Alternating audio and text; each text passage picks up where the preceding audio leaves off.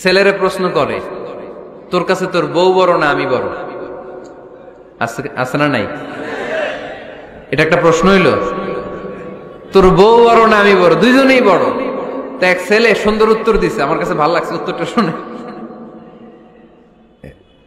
এক মা প্রশ্ন করছে, তোর এতদিন আমি লালন পালন করে বড় করলাম, জীবন যৌবন তোর জন্য শেষ করলাম, আজকে বউ পাইয়া বউ তোর আপন হয়ে গেল। এবার ছেলে উত্তর দিছে, মা আমার মুখ থেকে মা ডাক শোনার জন্য তুমি কি কষ্টটাই না করছো জীবনে। 10 মাস আমারে পেটে ধারণ করলা, খাইতে পারো নাই, বমি করছো, খালি ওষুধ খাইছো, তোমার পেট কেটে আমারে বের করা হয়েছে, 2 বছর আমারে দুধ খাওয়াইছো, পেশাব পায়খানা পরিষ্কার করেছো, বয়স যখন 3-4 তখন তোমার আমি মা ডাকছি। এই মা ডাকটা শোনার জন্য তুমি এত কষ্ট করছো, আর আরেকবারের মাইয়া এই ঘরে আইসাই তোমার মা ডাকা শুরু করছে।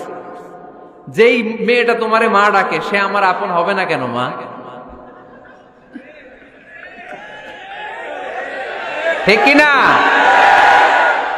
এই মা ডাক শোনার জন্য তুমি এত কষ্ট করলা, আমার লালন পালন করলা, 10 মাস পেটে ধরলা, পেশাব পায়খানা পরিষ্কার করলা, এরপরে মা ডাক শুনতে পারছো।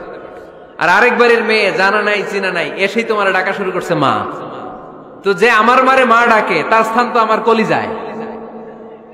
ঠিক কিনা?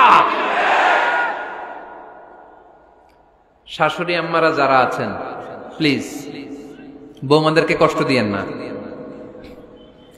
অনেক শাশুড়ি আছে পান থেকে চুন খসলে রেগে যায়, পদে পদে স্ত্রীর ভুল ধরে, বউয়ের ভুল ধরে, আছে না নাই? এটা করবেন না।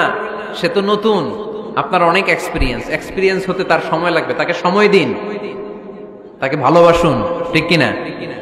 না বুঝে সামান্যতে বৌমারে বদদোয়া দেয়, এরকম আছে না নাই?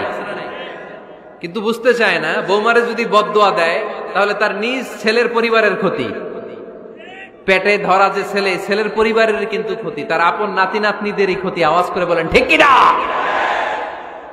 বৌমাকে বদদোয়া দিয়েন না।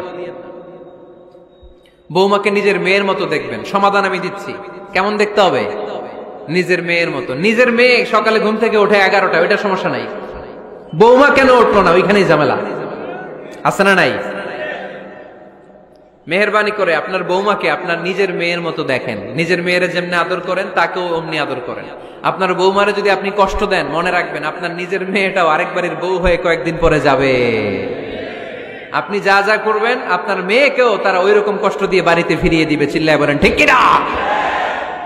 খবরদার, টিট ফর ট্যাট। ইট্টি মারলে পাটকেলটি খেতে হয়। এজন্য শাশুড়ি আম্মা জানারা যারা আছেন, বৌমার সাথে খারাপ আচরণ করবেন না মেহেরবানি করে।